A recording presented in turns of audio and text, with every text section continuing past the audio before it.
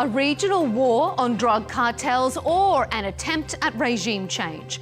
Recent US boat bombings off the Latin American coast have the region on edge. The White House has threatened potential land strikes in Venezuela. In response, Caracas has stepped up military drills.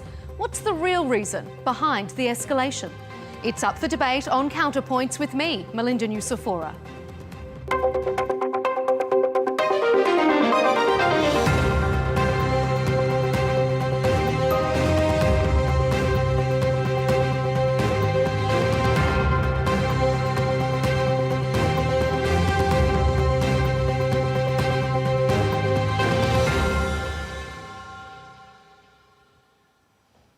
It's the largest US military build-up in the Caribbean in decades. F-35 fighter jets, warships, and about 6,500 troops and a nuclear submarine have all been positioned in the region. President Donald Trump has even authorised the CIA to conduct covert and potentially lethal operations in Venezuela. I authorized for two reasons, really. Number one, they have emptied their prisons into the United States of America.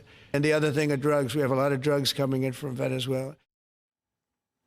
And according to the Trump administration, Venezuelan President Nicolas Maduro is behind it all. He denies US allegations that he stole last year's election or that he's involved in drug trafficking. He says this whole escalation is an attempt to remove him from power. No to regime change, which reminds us so much of the endless, failed wars in Afghanistan, Iraq, Libya, and so on. And no to another CIA-orchestrated coup d'etat. So far, the US has confirmed 13 strikes on boats off the Latin American coast, killing more than 50 people. The president says they're entirely justified because drug use is now a national security issue. Coming up on this episode, we'll debate. Are the US strikes legal? Is this a cover for an attempt at regime change in Venezuela? And what impact will more strikes have on regional relations?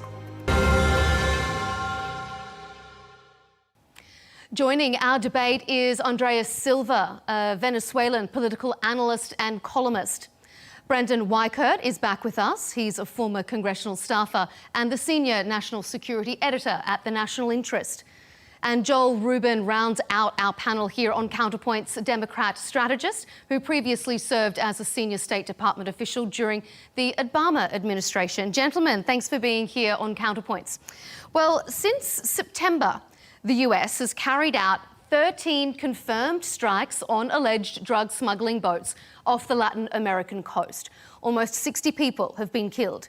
The US Senate Democrats have questioned the legality of the strikes, and the UN has condemned them as extrajudicial executions. President Trump, though, for his part, says they are justified on national security grounds. Andreas, let's start with you, seeing as we are discussing your part of the world. Are these strikes legal and justified to your mind? Well, there's a very important difference here between the strikes being legal and the strikes being justified. In this particular case, the strikes are not legal according to international law. We know that there should be a legal due process in this matter. There should be an open case for such a matter. And the most important part in any legal procedure, there has to be the ability to prove that these strikes are indeed against, as the Trump administration has called them, drug boats. We've seen that the Trump administration publishes these outlandish videos.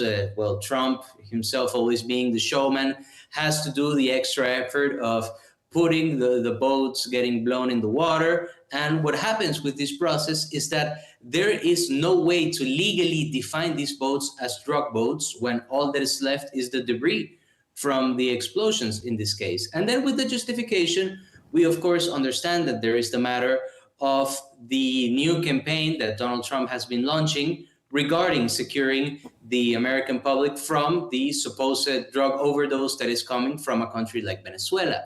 The particular matter in this case is that according to a report by the DEA, drugs coming into the United States over the Atlantic, not even only Venezuela, from the Atlantic, account for barely 5% of the drugs coming into the United States. So when you realize the amount of resources, time, people, and show that has been put into these strikes in the Caribbean, it leads to the question whether there is truly an interest solely in getting rid of the drug problem in the United States, or if there is a political cause motivating these constant strikes. Mm-hmm.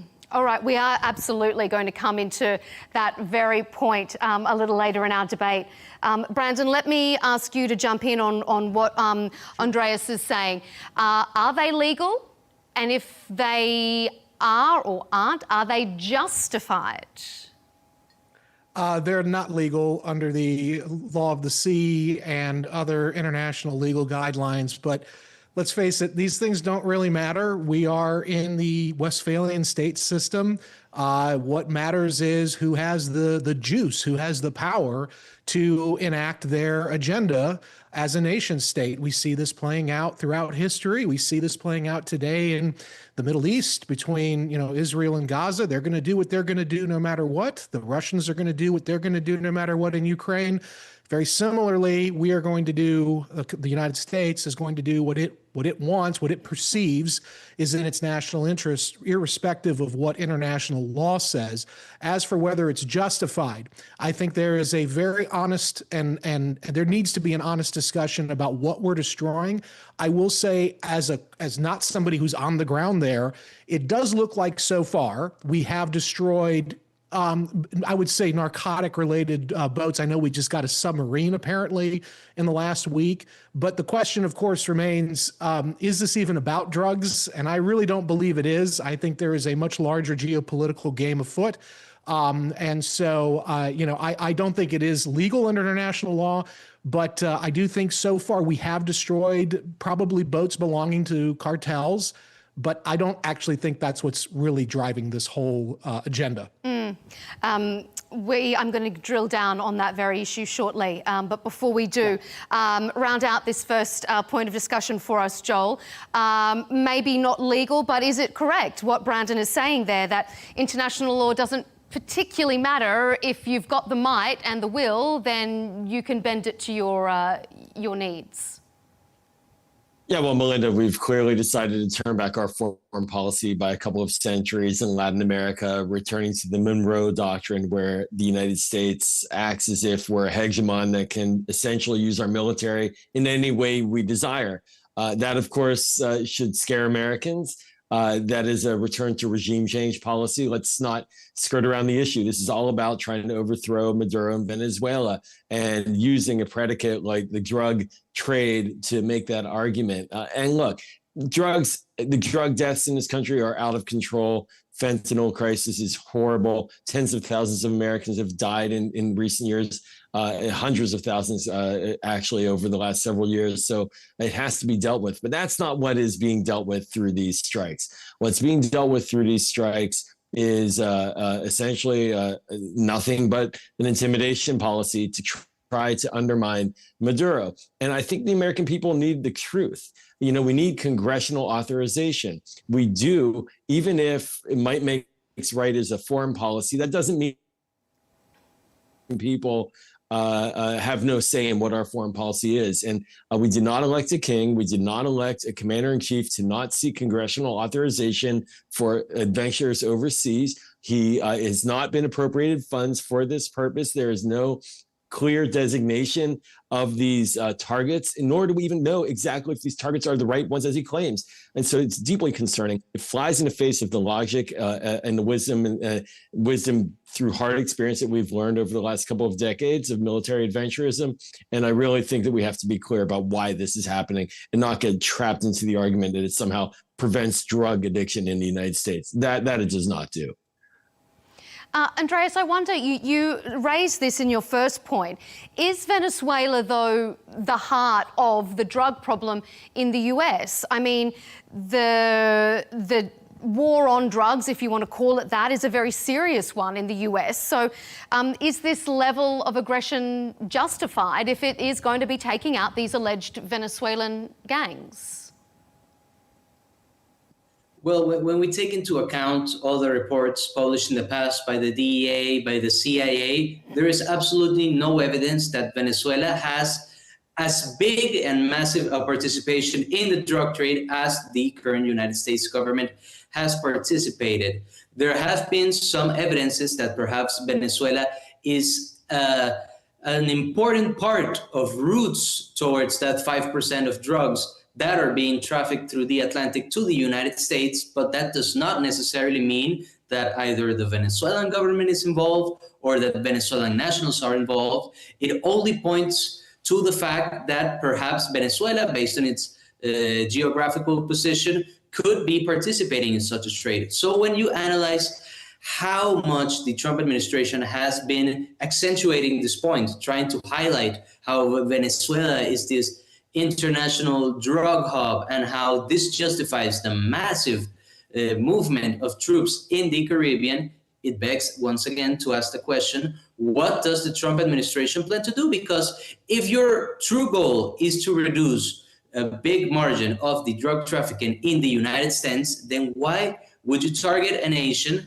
that accounts for less than 5% at the moment? There have also been remarks by the Trump administration against, for example, the Colombian president, Gustavo Petro. Colombia is a country that does participate a bit more, of course, not Colombia as a government, but the territory of Colombia has been a hub for many decades for this international drug trade. But even though there have been some remarks against its president, it still begs to question, why has Venezuela taken such a spotlight in this matter, looking for this goal? Yeah. Okay. You know, Melinda, I have to jump on that. Like, I traveled to Colombia years ago when I was a State Department official alongside members of Congress on a delegation. We went into the jungle in Colombia, and we saw moves to try to reduce the cultivation of cocaine, essentially of coca, by farmers there. And how was that executed?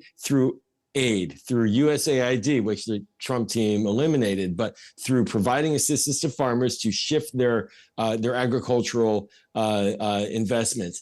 And that's what we need to do. We need smart policy if we want to be counter narcotics. But what's happening, to Andres' point, essentially means we should be bombing Mexico, right? Because that's where most fentanyl is produced and sent up to the United States. If it's not produced in the United States itself, maybe we should be bombing American cities and states, because that's where fentanyl production is.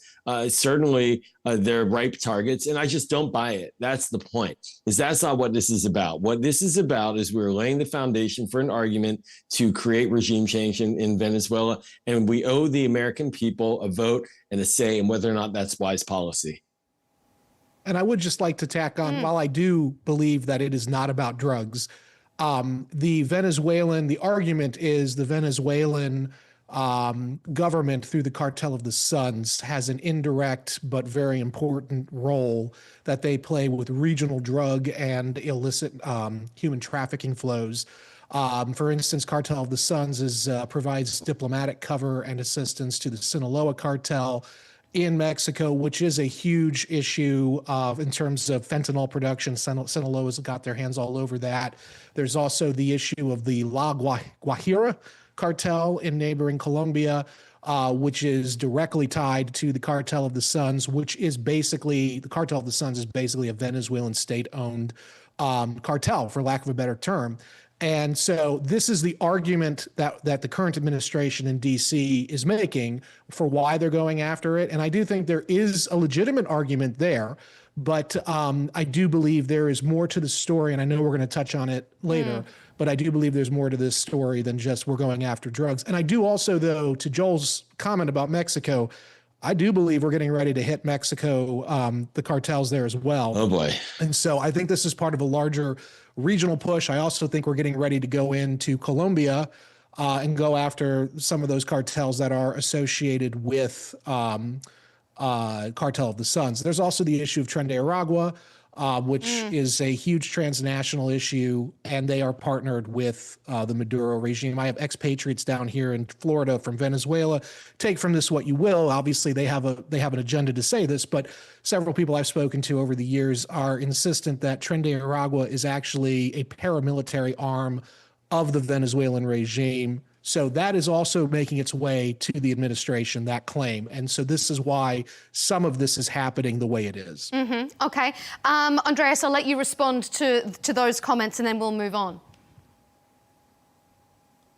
Oh, yes, absolutely. Well, also when we analyze what the Trump administration is doing, taking into consideration that if there's one thing you have to give Donald Trump, is that anything he does, he's always thinking about the at least medium-term repercussions. And in this case, he knows that a regime change in Venezuela or handling the Venezuelan situation is, of course, going to have massive implications into who succeeds him in 2028. If you ask me personally, I had the opportunity to talk to Juan Gonzalez, a former State Department advisor under the Biden administration. I commented that for me, this is a matter of framing. When we talk about the narco-terrorism and drug trafficking in the Caribbean coming from Venezuela, this is the Trump administration's way of framing this matter into strictly a narcotics operation. With the pressure in the Caribbean, if this leads to a possible regime change in Venezuela, what this is doing is granting the Trump administration, let's call it the power to decide up to when you want to take the situation. If this leads to regime change, this will, of course, be a massive win for the Trump administration and subsequently for Marco Rubio as Secretary of State. But if change in Venezuela does not seem viable at some point and the Trump administration wishes to change course, to negotiate, to reopen diplomatic channels through Richard Grenell or any other diplomatic emissary, the Trump administration also has the power to just attack a couple more boats, maybe a couple land targets, call it a big win, publish a report saying that it's trafficking in the United States is down by whatever percent they consider, and then he just buys up a win and screws up Marco Rubio's chance for a possible presidency, of course, benefiting in that case, JD. You know, Melinda, I got to tell you, if I could just add, this is like highly illegal activity. The United States military, under the War Powers Act, can, under the president's authority, engage in military activity for up to 2 months without providing a rationale to the Congress. But there is no imminent threat that's been cited. There was no attack on American military forces that had been cited. These aren't even terrorist organizations, although they're being redescribed as narco-terrorists. So therefore, the foreign terrorist organization designation is being used in a backwards way to justify the attacks. And so what Andres is laying out is a war on Latin America. And the American people didn't vote for that. The American people didn't vote for endless wars now in our own hemisphere. They certainly didn't vote for regime change wars. And I think that the president owes the American people an explanation about what he's really trying to do in Latin America. I would just correct one thing, though. I do think these cartels are pretty terroristy in the way they act, and I have no problem labeling them as such personally. But is it a national security threat? That's what Donald Trump is using as his... Well, and I think, again, I think that it is. I think that it is. Maybe not to the level that we're seeing. Maybe that's, you know, and I said this earlier, it might not be worth the costs that we're talking about engaging in, but on a very general level, yes, I do believe. I mean, you look at the amount of people who are killed, you know, Americans buy drugs. You look at the amount of people who are human trafficked by these cartels. You look at the way that they that's go on. Such fuzzy thinking. Everything then is a national security threat. At all. Pollution it's actually is quite a national logical. security This is a threat to the United States. More people have been killed by drugs in this country. I'm sorry. Than by When you work against terrorists. terrorist organizations, there's a very clear definition of what a terrorist organization does, what it's about, what it's trying to do. It's using DEA has used narco-terrorism as a Americans. label for over 20 years. That is a legitimate label. That's because now what they're trying to do is shoehorn a label for Al-Qaeda into this because they don't want to seek legal justification and approval from the Congress. That might be true about the justification. I'm not arguing with that. But what I am saying is on a very, very base level, they are not just a criminal organization we're dealing with. They're not just nice guys. I'll give you that. So that's all I'm saying. Just to highlight on that, I think it's okay to say they're terrorists. I just, you know. Okay, round us out, Andreas, and then I'm going to move us on. Yeah, just to highlight how that 180 turn of Donald Trump international politics has been rounded out. One of the main flagships of the first Trump administration was how he proudly stated that he was the first president in decades to never start or participate in any wars. And now, with Trump's participation in the Middle East, in Ukraine, now in Venezuela, Trump has completely derived far apart from what he promised the American public that he was going to do with his international policy. And in this particular case, unlike situations like the Middle East or like Gaza, where there is at least direct geopolitical consequences, Donald Trump has been starting his own international armed conflict, and he has single-handedly been rising up tensions. And he's not only been rising tensions in the Caribbean, but he's also been canceling out his own plans, because at the same time that he is currently pursuing and promoting that there might be land strikes and there will be continued pressure in the Caribbean with the ships, he was also at the same time promoting diplomatic channels through Richard Grenell. So at this point, the issue internationally with how the Trump administration has been handling their international policy is how they have been counterproductive by trying to execute completely opposite strategies at the same time with a country like Venezuela. Okay, let me bring in this idea of regime change, because the White House says that this whole intervention is about the war on drugs, arguing that cartels have killed more Americans than Al-Qaeda and that they will be treated the same. The Venezuelan president has accused the US of fabricating this war and says the US is attempting to remove him from power. Brandon, is this about regime change? I think you think yes, it is. It is. If it is, yes, 100%. If this is about regime change, is that warranted? Will that make the region safer? So, excuse me. So we have a series of issues arising at the same time, because Venezuela has become a bridgehead for malign Chinese, Iranian, and Russian influence in our part of the world for decades. They are unapologetic. In fact, I was just reading that apparently Putin has deployed an additional 200 Wagner Group mercenaries to protect Maduro and senior leaders of the Maduro regime in the last 24 hours. So this is a continual problem. We know through Venezuela, China has been able to branch off and create connectivity in the Caribbean. They are doing a lot of dual use mission sets in the Caribbean. Obviously, the Chinese have a large amount of holdings in the Panama Canal. This is all about, I think, or partly about, the geopolitical issue at hand, which is the Trump administration from the beginning of his second term have been talking and articulating about, and I agree with this policy, I've been advocating for it on your show, which is the policy of a drawing down from Eurasia and the Middle East to refocus on Western hemispheric defense. That includes things not only like the Caribbean, but also Greenland and the Canada issue, the Arctic.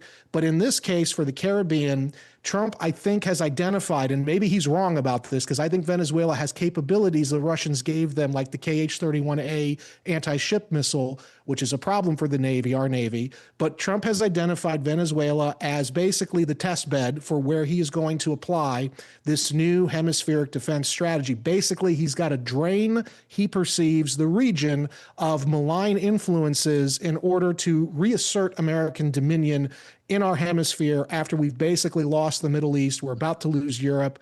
If you read Bridge Colby's document that is sitting on Hegseth's desk, the new national security memo, he even indicates that we are going to be drawing back from the Indo-PACOM region, which is one of the predicates for that famous Quantico meeting. It wasn't just about lecturing the generals about wokeness. There were a series of closed-door meetings in which basically Hegseth was checking the pulse of the various combatant commanders, because the combatant commanders are basically threatening to revolt over the plan to reassert American dominance in our hemisphere and deprioritize even CENTCOM. So this is part of a larger issue at play here. Joel? I totally agree with Brandon's description of what's going on and completely disagree with the actual direction of this.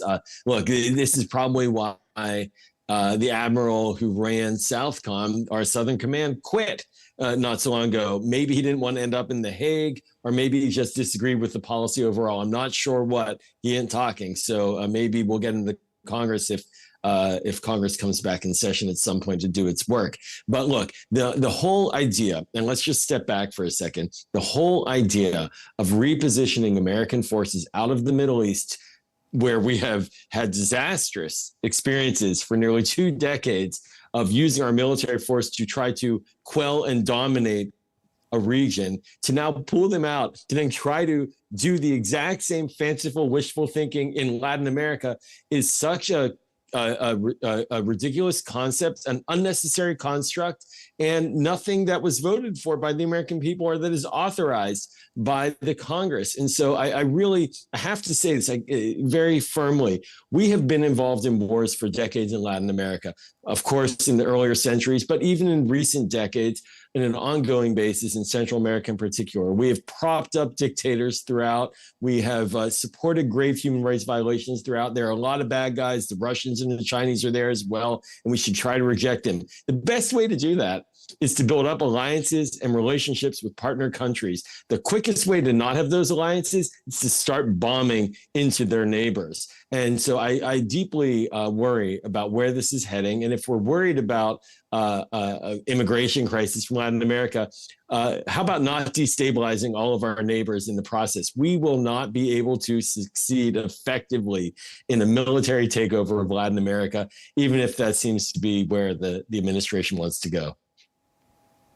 It is, I think, what is at play both of your points. Yeah. There's something very important to take into consideration here, and it is that the Trump administration, as I was mentioning before, they have to frame this as a narco-trafficking crisis and not a government change, regime change crisis, because of a very simple matter. Currently, the Chinese government has a $1 billion investment in the Maracaibo Lake. There are several energy Russian companies that have been establishing themselves in Venezuela, and the Trump administration knows that if they don't play their cards right with Venezuela, let's say that they start with land strikes, let's say they start pressuring regime change more directly, more forwardly, in this situation, if it does not work to their advantage, if there is a regime change, but within the current government, or if it fails and the Venezuelan government actually ends up, let's say, either closing borders or just getting a lot stricter and tougher on its own citizens,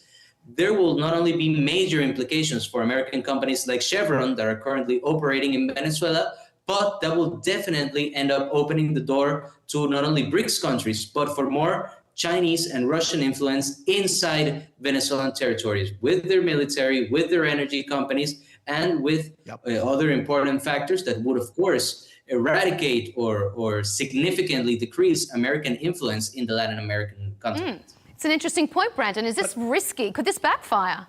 It is very risky. Now, as you know, I support generally the idea of Western hemispheric defense becoming the priority plus Golden Dome for space-based missile defense. I'm tired of the Middle East wars. I'm tired of being in Europe. I'm tired of even the Indo-PACOM issue. I am very concerned that we might be picking a harder country to quell. It's not going to be Panama. I think in the New York Times, far be it for me to quote them, in any positive way, but I think they had a good story on this in the last 48 hours about how it's not going to be Panama. This morning, it was announced that 3 million Venezuelans have joined the various Bolivarian militias that are paramilitary militias that we could be having to go up against. Furthermore, the issue right now, though, is those KH-31A and possibly the KH-31AD, which have a longer range anti-ship ballistic missile. They have thousands of them apparently in Venezuela. The Russians have been plying them for years with these systems to test them. They're using Venezuela much as we're using Ukraine as a testing ground for weapons. I think that the probability, it's not impossible that the Venezuelans, if a war were to erupt, might be able to get in some very serious blows to U.S. destroyers or even, God forbid, the USS Gerald R. Ford, which I have been a big critic of the aircraft carrier for many years as a boondoggle. But ultimately, those swarming missiles are a problem. And ironically, when Maduro comes out and beats his chest, to try to deter the American Marines from landing on his shores, talking about the KH-31A, I know for a fact that that is compelling the Pentagon to prepare to land those Marines. And I've been told it could be as soon as 5 to 6 days from now that Marines are landing on the beaches to hunt down those KH-31 missile sites to knock them out. Joel, I mean, are we opening the door here to a very real risk of the US once again trying to be the world police on its own doorstep? So, Melinda, I have a personal sort of perspective on this because I lived in Central America and Costa Rica for 2 years as a Peace Corps volunteer, which I served my country abroad, and I served it in a cause of trying to build partnerships and alliances on the ground with the people of the region. And why was that important? Because we had learned for decades upon decades upon decades from those experiences how we have failed in Latin America through brute military force adventurism. There are other ways to work with Latin America to build up alliances. I completely agree with my colleague, with Brandon, that Russia and China pose serious threats, that the drug trade is definitively dangerous to the American people. But the approach, and this is a big philosophical gap that we're now witnessing, which is fascinating in real time.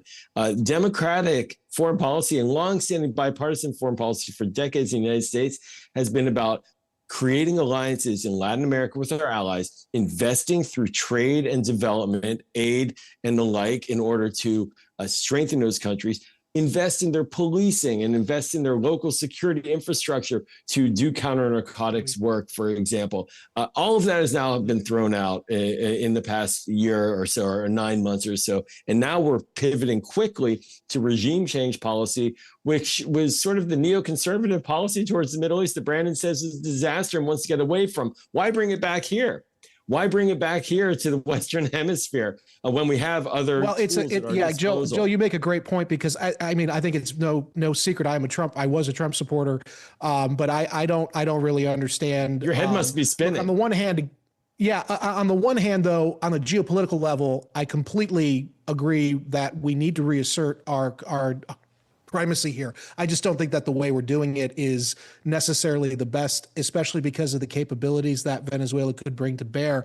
I would just say that there is, ultimately, Trump has made it clear he wants to reclaim the Panama Canal. I think there's a way he should be focusing on that.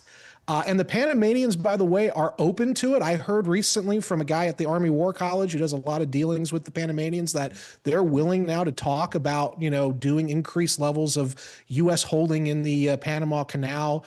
There's apparently a push in Panama to get rid of Huawei technology that they really embraced many years ago. So, at the same time, it's there is an argument that these cartels should be dealt with. I just don't think that's why we're doing this. And I think this is about using Venezuela as a test case. And I think it could go very badly as Iraq did in 2003. So, Andreas, let me ask you, if the US does, if this really is about regime change, would Venezuela be better off without Maduro as its leader? Well, it depends, because at the moment, what I think the Trump administration either is or isn't considering is the Pandora box it might open, depending on the way they decide to execute their different actions in Venezuela. There is the possibility that there is a direct push for regime change and that it fails. There is the possibility that Maduro is ousted from power, but is replaced by someone from within his own party. And within that possibility, there are the different factions of the current governing party that would mean very different outcomes for the Venezuelan situation. And there is, of course, the third possibility that there is a regime change and an opposition leader manages to get a hold of power in Venezuela. Within each and every one of those possibilities, there is no 100% possibility of a positive outcome. All of those options have very complicated implications. All of those options have very dangerous opportunities that may present themselves. So the important here is, and this is what worries many Venezuelans, this cannot be just a quick action looking for a regime change and then hoping for the best for Venezuelans. That is why many analysts and politicians are hoping that there is at least, perhaps it's not what leads to the solution, but there has to be different diplomatic and political channels between the government and the United States, between the government and opposition factions, because this is the only way that there will be at least the possibility to plan for any of these actions. And I just want to comment something very quickly over the United States as the police of the world, a philosophical idea. I think I've always been very fond of American culture. And I think that the way that the United States has always presented itself as the police of the world is because it's always been a hub for receiving immigrants and integrating their cultures and making them a big part of American life. And that, with all of the different cultures blending into the American lifestyle, that is what gave the American government a certain sense of responsibility over their immigrants' own places of origin. And in this moment, with how the Trump administration has been constantly closing more and more its borders, and the way they've been trying to kind of pressure other countries, not just their rivals, but also their own allies, into submitting to what the Trump administration is trying to implement in the world, this has slowly made the United States lose its place as the police of the world. You know, Melinda, can I add one other fact? And also give me your perspective on that, Joel. I also want to know whether you think Venezuela would be better off without Maduro. But make your point first and then circle back to that for me. Well, I'll do the last one first. Of course, it'd be better off without Maduro. Without a doubt, I am not an advocate for Maduro as the leader. He's been destructive. Chavez before that, they've destroyed the country, the economy. We have a quarter of the population, 8 million people that have fled. That in of itself, we should look at the Venezuelan people and what they have done. They have, as we say in America, they voted with their feet. They left, right? So that's a horrible, horrible leader of that country.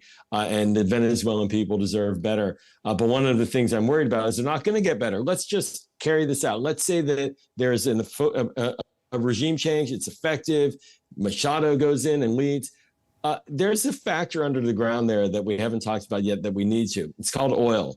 And Venezuela has the largest oil fields in the hemisphere. I think the largest maybe in the world, or top 2 or 3.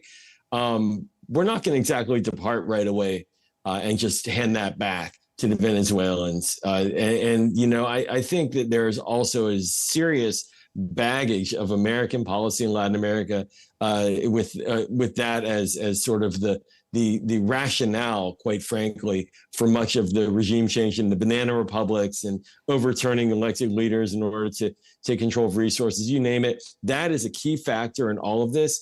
It's not talked about a lot. You sound a little conspiratorial if you argue that, but I wouldn't. If I were a Venezuelan and I wanted to see Maduro pushed out, I wouldn't, if I were them, be very confident that they're going to have the oil resources the next day for themselves. Okay, Brandon, first of all, a couple of things. Will Venezuela be better off? Respond to Joel's points there about oil. Will the US just happily give that up? And also to what Andreas was saying, has the US lost its right to be the world police now because of the way it's been behaving domestically? Well, I too will happily start at the back end and say, no, I don't want America to be the world police ever. I'm sick of this neoconservative vision of America policing the streets of pick your third world country. It's not our problem.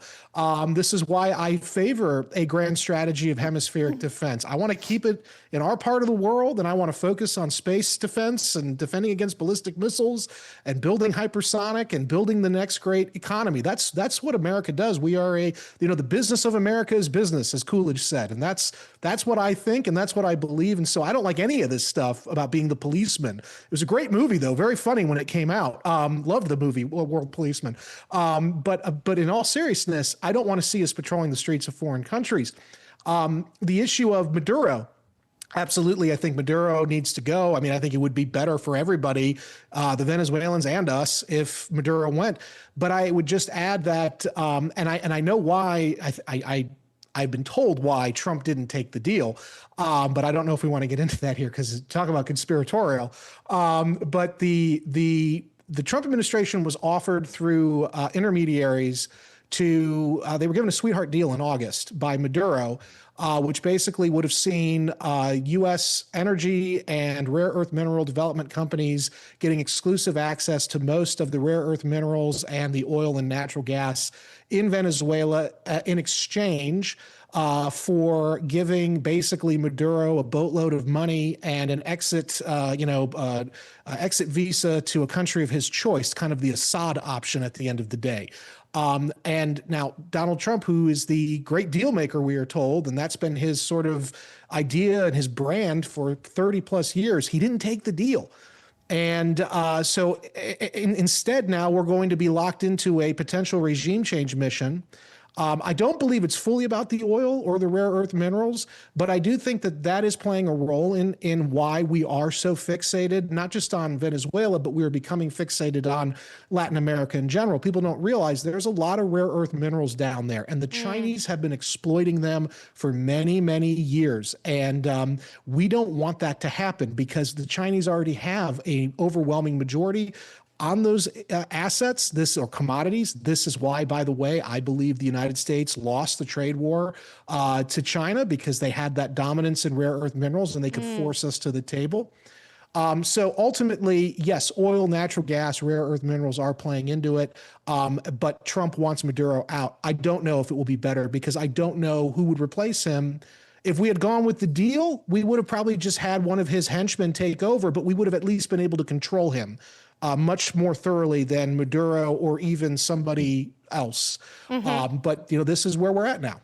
You've all kind of raised a point that I want to come to now in our final section about, the international kind of implications. Who else is sort of influencing the situation on the ground there? Because whatever the justification is for why these strikes are taking place, there is no doubt that this troop build-up and these strikes are sending worrying ripples across the region.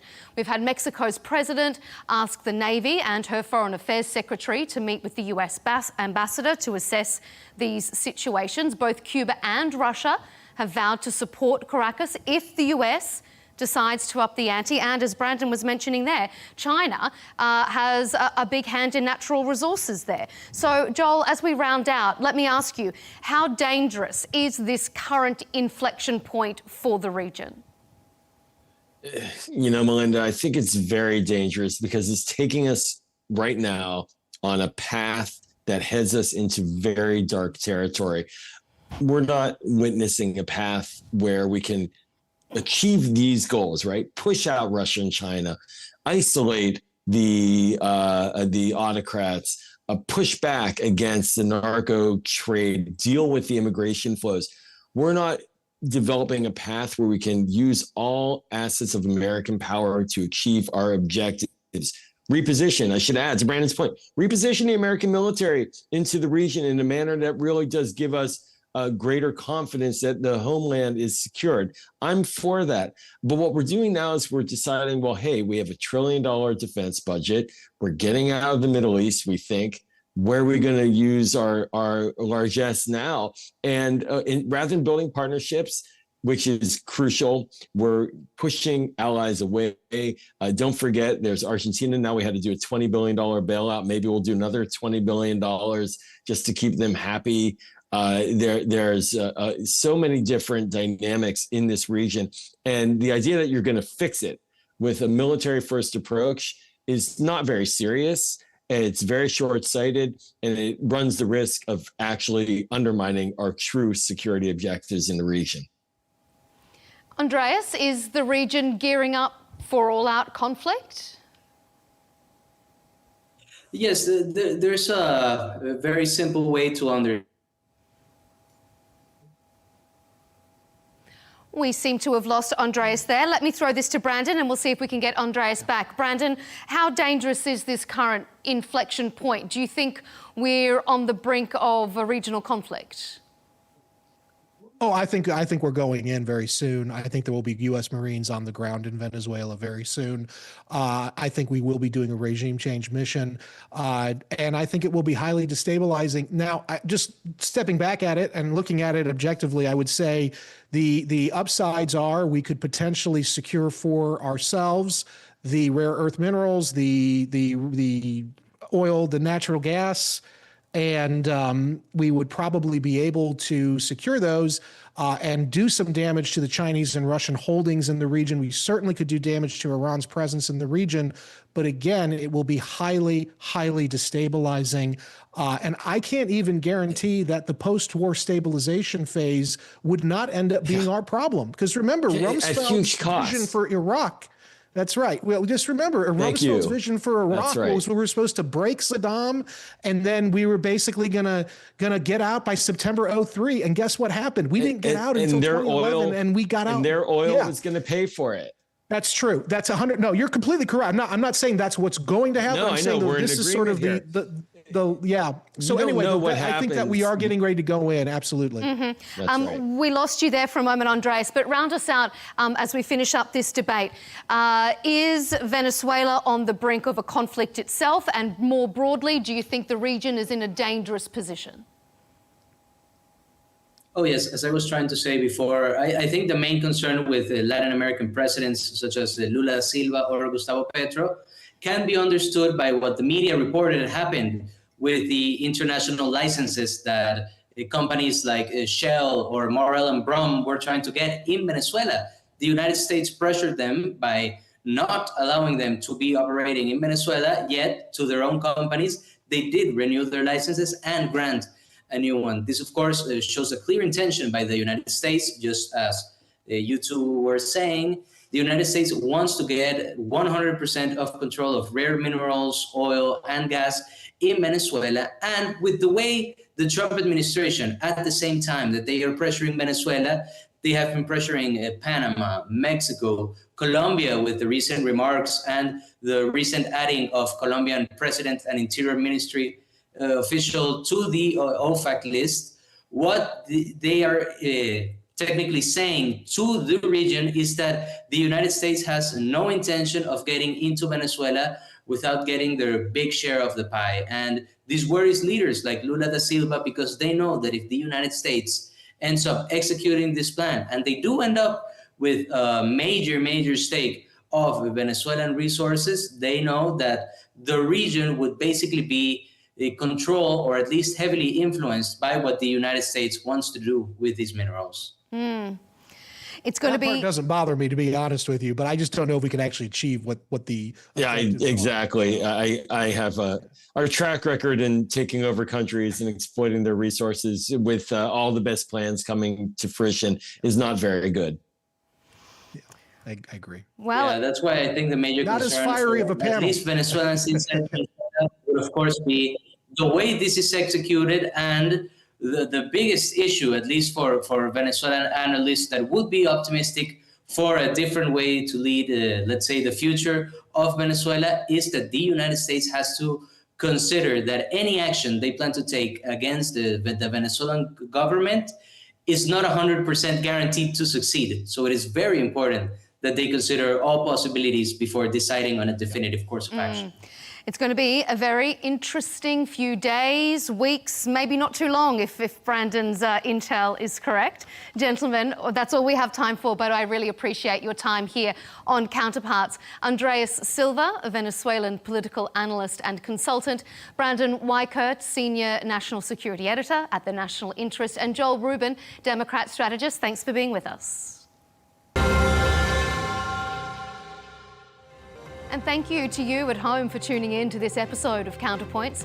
To keep up to date with all of our latest debates and special interviews, be sure to subscribe to Al Arabiya English on YouTube, and don't forget to follow us on X and TikTok. We'll see you next time.